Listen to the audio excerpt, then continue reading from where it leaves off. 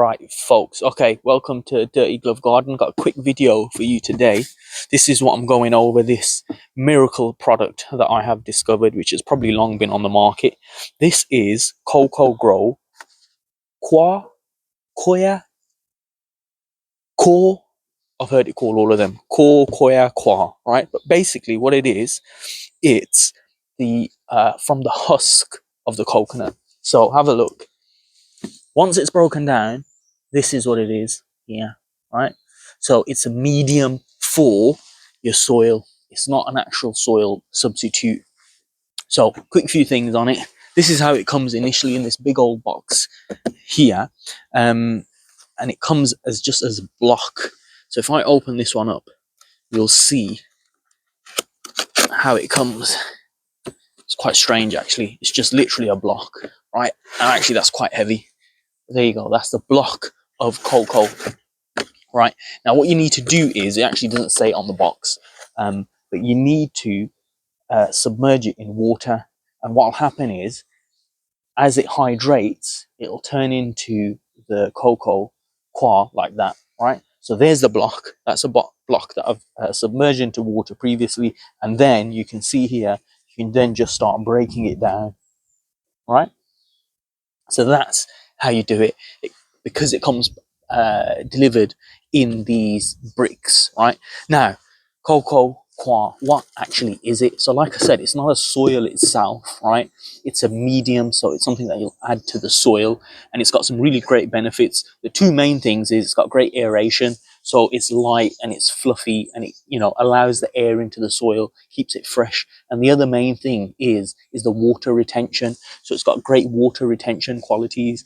So again, if you look at it, it's really thin, so it's actually brilliant for germinating seeds, which is what I've been using it for. But like I said, because it's a supplement, so what you need to do is mix it up with your soil. So you could do 50-50 coir and then soil, so compost. So you need to mix it in with the compost, because it doesn't actually have any nutrients in here. So you need to add your nutrients in here, add fertilizer, whether that's your coffee grounds, whether that's your blood, fish and bone, add that in there and mix it up. But this is really great medium to use with your soil, right? Now, in terms of, it's not too pricey either. So this, I got these two for £14, and when you actually rehydrate the block, you get 140 or so liters of the coir, of the compost medium, right? 140 liters. So what that works out, about £1 for 10 liters, which in today 2023 summertime is working out to be quite a good price, because the compost prices are through the roof at the moment.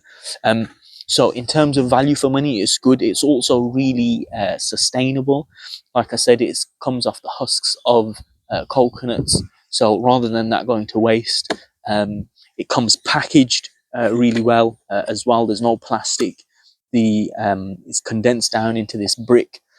So it's really economical packaging as well, quite sustainable there. And plus you can use this again and again, right? It degrades really slowly as well, so you can use it again. So far, like I said, I've been using this, and you'll see this in some of my videos. I've got a video coming up on making your seed mix, right, and how to start off your seeds and how to get them germinated.